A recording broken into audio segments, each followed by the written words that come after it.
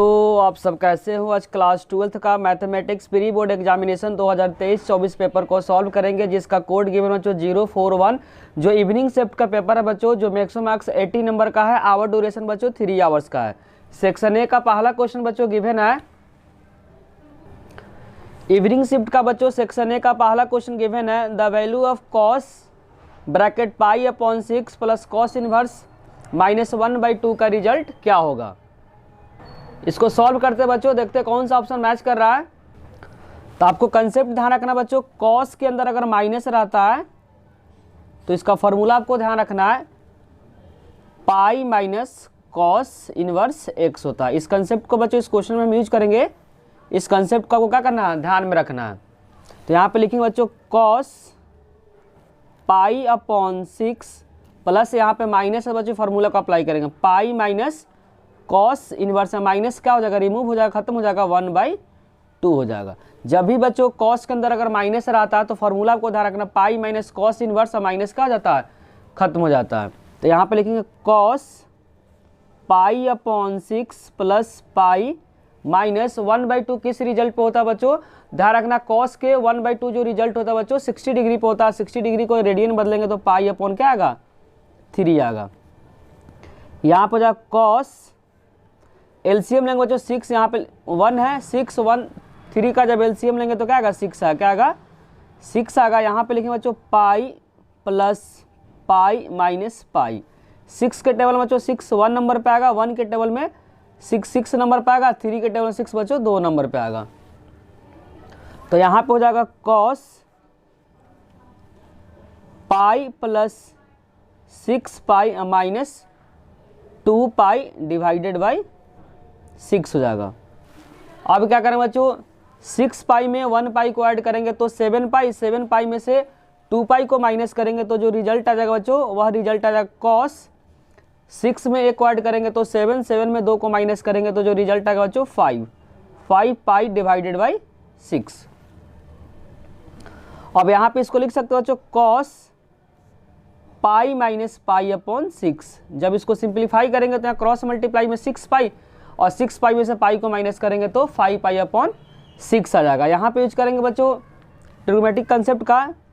यहाँ पे होता है बच्चों 0 डिग्री, यहाँ पे होता है 90 डिग्री, मतलब पाई/2, यहाँ पे पाई होता है, यहाँ पे 3 पाई/2 होता है। और ध्यान रखना हॉरिजॉन्टल लाइन पे बच्चों फंक्शन चेंज नहीं होता, ओनली क्वाड्रेंट के हिसाब से क्या होता है, साइन चेंज होता है। यहाँ पे पाई माइनस क्या है, थीटा है, तो यहाँ पे पाई है, पाई में से कुछ भी माइनस करेंगे तो सेकंड क्वाड्रेंट में कॉस क्या होता है, निगेटिव होता है, तो यहाँ पे निगेटिव हो जाएगा। और कॉस पाई माइनस थीटा क्या होता है, कॉस थीटा होता है, माइनस कॉस थीटा, क्योंकि माइनस इसलिए आ रहा है बच्चों, सेकंड क्वाड्रेंट में साइन और कॉस क्या होता है, पॉजिटिव होता है, बाकी निगेटिव होता है। तो पाई अपॉन 6 हो गया।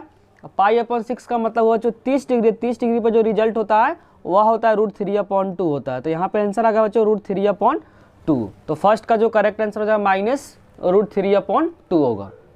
अब चेक कर लेते हैं बच्चों किस ऑप्शन में गिवन है -3/2, वहीं क्या होगा इस क्वेश्चन का आंसर होगा।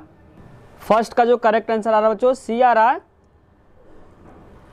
क्वेश्चन नंबर 2 में बच्चों गिवन है एक मैट्रिक्स गिवन है और स्केलर मैट्रिक्स है। ध्यान रखना बच्चों, स्केलर मैट्रिक्स का होता है ऐसा मैट्रिक्स जिसका प्रिंसिपल डायगोनल एलिमेंट का होता है सभी सेम होता है। जो प्रिंसिपल डायगोनल जो एलिमेंट होता है बच्चों वह सेम होता है, वहीं क्या कहलाता है, स्केलर मैट्रिक्स।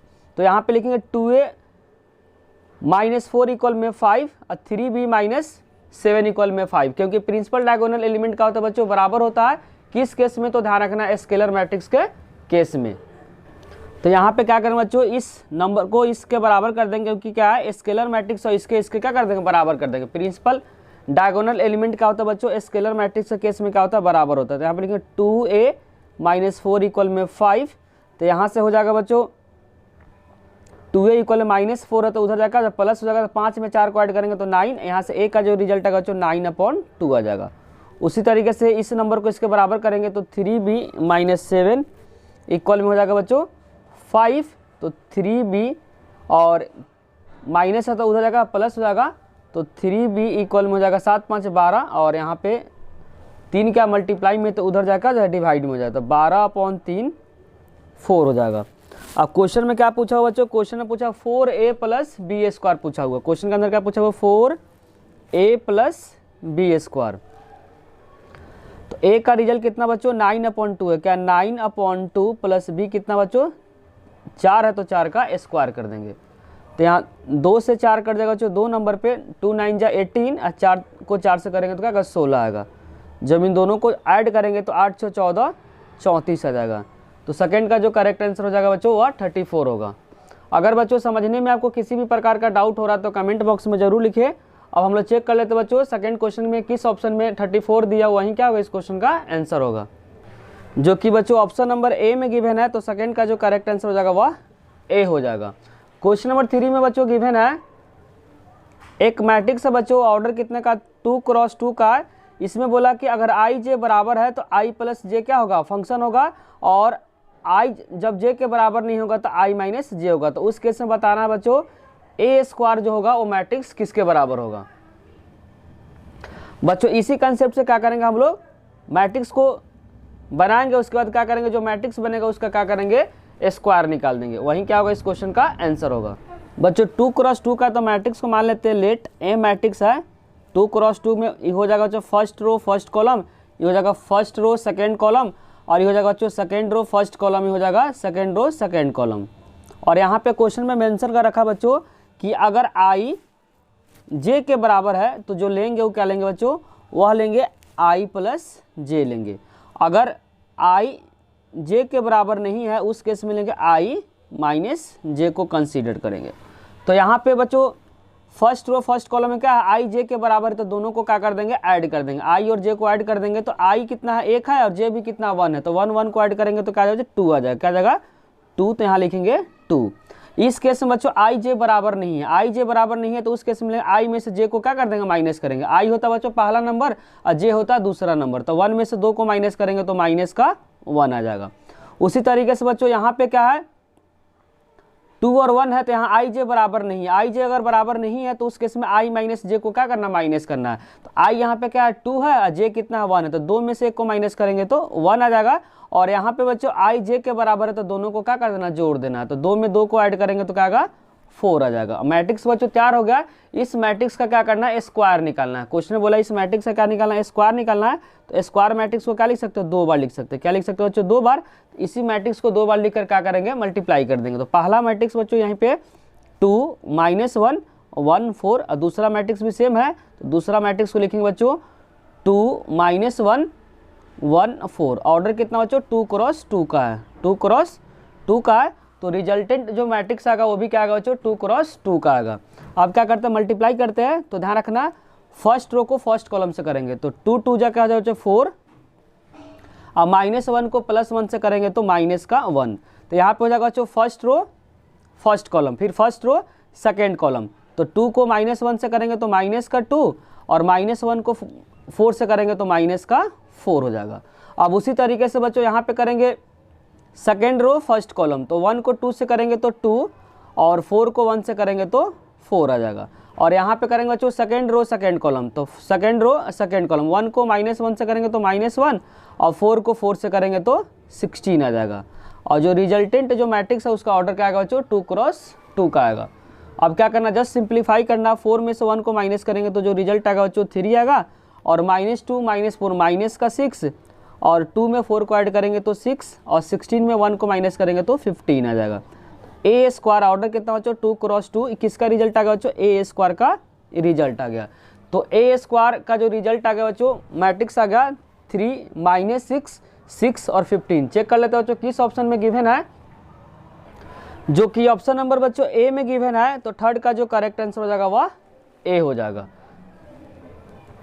क्वेश्चन नंबर 4 में बच्चों गिवन है एक मैट्रिक्स गिवन है, यहाँ पे पूछा ए स्क्वायर का डिटर्मिनेंट क्या करना फाइंड करना। तो पहले ही जो मैट्रिक्स गिवन बच्चों उसका ए स्क्वायर निकालेंगे, और उसके बाद क्या करेंगे उस मैट्रिक्स का क्या करेंगे डिटर्मिनेंट को फाइंड करेंगे। पहले क्या करेंगे इसका डिटर्मिनेंट निकाल कर स्क्वायर कर देंगे, जो कि क्या है गलत तरीका है। पहले इसमें क्या करेंगे बच्चों स्क्वायर करेंगे इस मैट्रिक्स का, उसके बाद क्या करेंगे उस मैट्रिक्स का डिटर्मिनेंट निकालेंगे। अगर कोई स्टूडेंट पहले क्या करेगा इस मैट्रिक्स का डिटर्मिनेंट निकाल कर स्क्वायर करेगा तो आंसर क्या हो जाएगा गलत हो जाएगा। इस कंसेप्ट को बच्चों बारीकी से आपको समझना है, क्योंकि पहले क्या है यहाँ पे स्क्वायर है, उसके बाद क्या लगा हुआ है यहाँ पे डिटर्मिनेंट का साइन है। तो आपको ध्यान रखना पहले क्या करना है इसका स्क्वायर निकालना है, उसके बाद क्या करना है डिटर्मिनेंट निकालना है। अगर आप पहले क्या करेंगे डिटर्मिनेंट को निकालेंगे फिर स्क्वायर करेंगे तो आंसर क्या हो जाएगा, गलत हो जाएगा। पहले निकालेंगे बच्चों इस मैट्रिक्स का स्क्वायर, तो इसको 2 बार लिखेंगे, तो इसको लिख सकते हैं 3 2 4 7, फिर इसी मैट्रिक्स को लिखेंगे 3 2 4 7। उसके बाद क्या करेंगे बच्चों, मल्टीप्लाई करेंगे फर्स्ट रो फर्स्ट कॉलम, तो यहाँ पर हो जाएगा फर्स्ट रो फर्स्ट कॉलम, 3 को 3 से करेंगे तो हो जाएगा बच्चों 9, और उसके बाद 2 को 4 से करेंगे तो बच्चों 8 आ जाएगा। उसी तरीके से फर्स्ट रो सेकंड कॉलम 3 2 जा क्या आ जाएगा बच्चों 6, और 2 7 जा क्या आ जाएगा 14। उसके बाद यहाँ पर हो जाएगा बच्चों सेकंड रो फर्स्ट कॉलम, तो 4 को 3 से करेंगे तो 12 हो जाएगा, और 7 को 4 से करेंगे तो 28 हो जाएगा। और यहाँ पे करेंगे बच्चों सेकंड रो सेकंड कॉलम, 4 को 2 से करेंगे तो 8, और 7 को 7 से करेंगे तो क्या आएगा 49 आ जाएगा। अब उसके बाद क्या करेंगे बच्चों, इन दोनों को ऐड करेंगे, तो 9 में 8 को ऐड करेंगे तो क्या आएगा 17, और 14 में अगर 6 को ऐड करेंगे तो रिजल्ट आएगा बच्चों 20, और 28 में 12 को जब ऐड करेंगे तो जो रिजल्ट आएगा बच्चों कितना आएगा 40, और 49 में 8 को ऐड करेंगे तो 9 8 17 57 आ जाएगा। उसके बाद क्या करेंगे बच्चों, इस मैट्रिक्स का क्या निकालेंगे, डिटर्मिनेंट निकाल सकते हैं। जो मैट्रिक्स है बच्चों ए स्क्वायर, अब इसका क्या करेंगे, डिटर्मिनेंट निकालेंगे। तो डिटर्मिनेंट कैसे निकालेंगे बच्चों, पहले इन दोनों को मल्टीप्लाई करेंगे, फिर इन दोनों को क्या करेंगे, मल्टीप्लाई करेंगे। तो यहाँ पे हो जाएगा 15 × 57 माइनस 40 को 20 से करेंगे तो जो रिजल्ट आएगा 4 दूना 800 आ जाएगा। क्या जाएगा बच्चों 800 आ जाएगा। यहाँ पे जो मल्टीप्लाई होगा बच्चों 17 × 57, यहाँ पे क्या हो जाएगा 17 × 57। हम इन दोनों को क्या करेंगे, मल्टीप्लाई करेंगे 17 × 57। बच्चों इन दोनों को जब मल्टीप्लाई करें तो 969 माइनस 800, जब माइनस करेंगे तो रिजल्ट आएगा 169। तो क्वेश्चन नंबर 4 का जो करेक्ट आंसर हो जाएगा बच्चों 169। अगर बच्चों आपको समझने में किसी भी प्रकार का डाउट हुआ है तो कमेंट बॉक्स में जरूर लिखिए। अगर बच्चों वीडियो अच्छी लग रही है तो लाइक कमेंट और सब्सक्राइब करना चैनल को ना भूले। अब हम लोग चेक कर लेते हैं बच्चों किस ऑप्शन में 169 दिया, वहीं क्या होगा इस क्वेश्चन का आंसर होगा। तो बच्चों जो गिवन है 169 डी ऑप्शन में गिवन है, 4 का जो करेक्ट आंसर हो जाएगा वह डी हो जाएगा। क्वेश्चन नंबर 5 में जो गिवन है the derivative of sine x with respect to cos x. तो पहले को क्या मानेंगे बच्चों यू, और दूसरे को मानेंगे v। तो यहाँ पे निकालना पड़ेगा du/dv। ध्यान रखना बच्चों जिसके रिस्पेक्ट में निकालना रहता है उसको क्या लिखते हैं, नीचे लिखते हैं। और उसके बाद क्या करेंगे बच्चों, डिफ्रेंशिएट करेंगे और इस रिजल्ट पे रखेंगे, जो आएगा वहीं क्या होगा इस क्वेश्चन का आंसर होगा। बच्चों लेट का लिए जो पहला जो दिया उसको u मान लिए, जो दूसरा जिसके रिस्पेक्ट में डिफ्रेंशिएशन करना उसको v मान लिए, तो निकालना du/dv। तो du/dv को क्या लिख सकते हैं बच्चों, du/dx लिख सकते हैं, और डिवाइडेड बाई dv/dx निकाल सकते हैं, क्योंकि dx का कैंसिल हो जाएगा। तो अब यहाँ पे क्या करेंगे, u का डिफरेंशिएशन करेंगे बच्चों x के रिस्पेक्ट में, v का भी डिफरेंशिएशन करेंगे x के रिस्पेक्ट में, और इस फार्मूला पर रख देंगे। उसके बाद जो आएगा वहीं क्या होगा इस क्वेश्चन का आंसर हो जाएगा। तो पहले निकालते हैं बच्चों u इक्वल में साइन x दिया हुआ है, तो यहाँ पे निकालेंगे du/dx। क्या निकालेंगे बच्चों, du/dx। तो साइन x का डिफरेंशिएशन का कॉस x हो जाएगा। इसको इक्वेशन क्या मानते हैं, फर्स्ट मान लेते हैं। उसी तरीके से जो v गिवन है बच्चों कॉस x गिवन है, क्या है कॉस x गिवन है।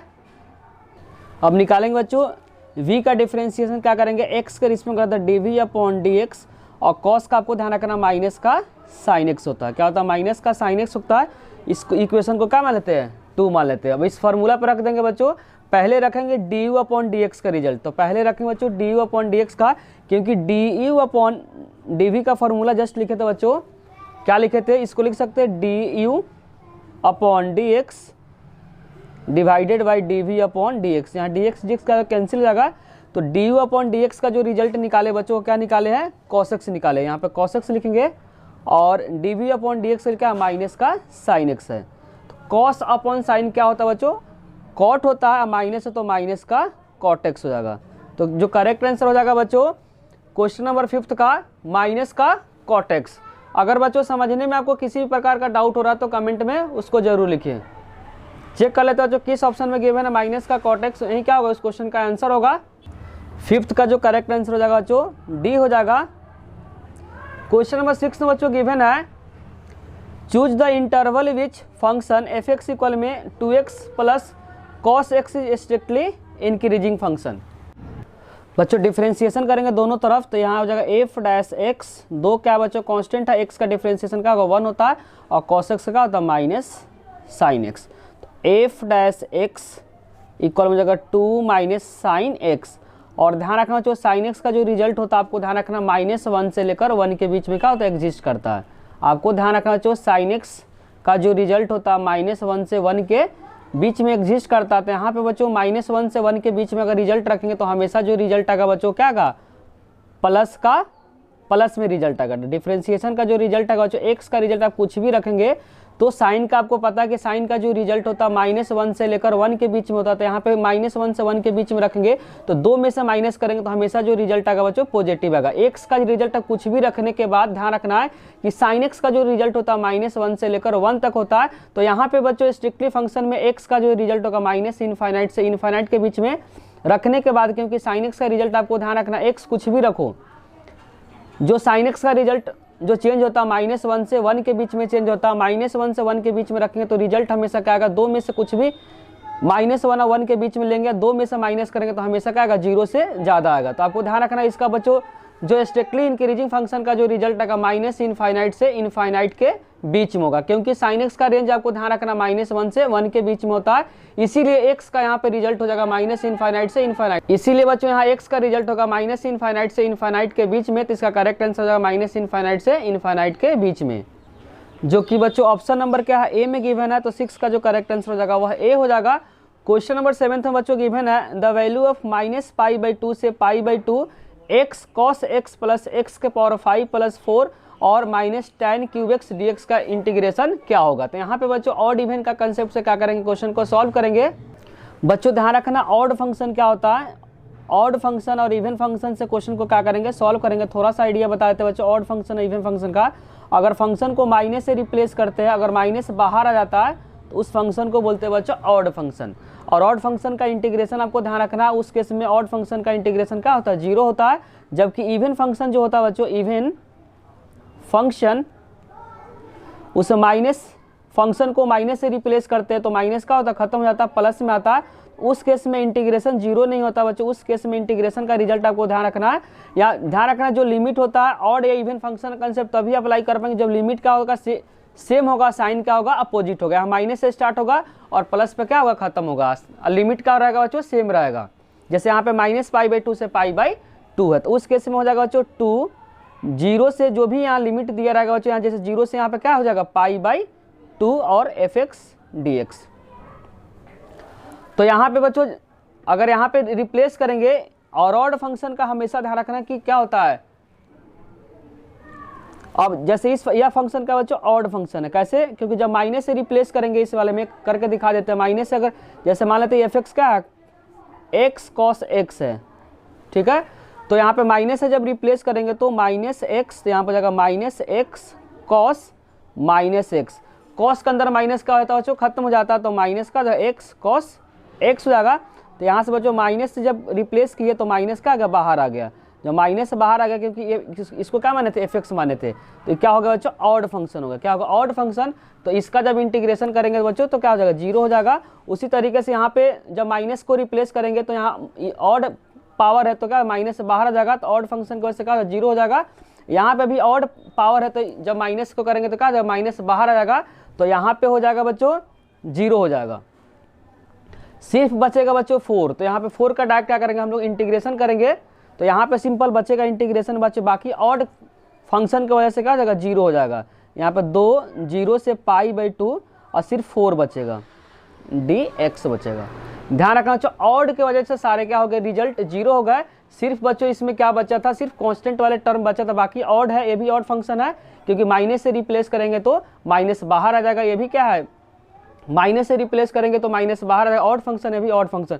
ऑड फंक्शन का इंटीग्रेशन क्या होता है, हमेशा 0 होता है। सिर्फ क्या बचेगा, 4 बचेगा। तो यहाँ पे 4 के लिए क्या लिखे बच्चों, 2 बाहर ले लिए क्योंकि फॉर्मूला यूज किए, 0 से π/2 4 dx।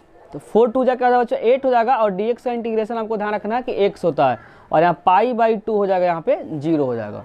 तो इसको सॉल्व करेंगे तो हो जाएगा बच्चों 8 π/2 - 0। तो यहाँ पे हो जाएगा बच्चों 8 × π/2, तो कटेगा 4 पे, तो आंसर हो जाएगा बच्चों 4 पाई।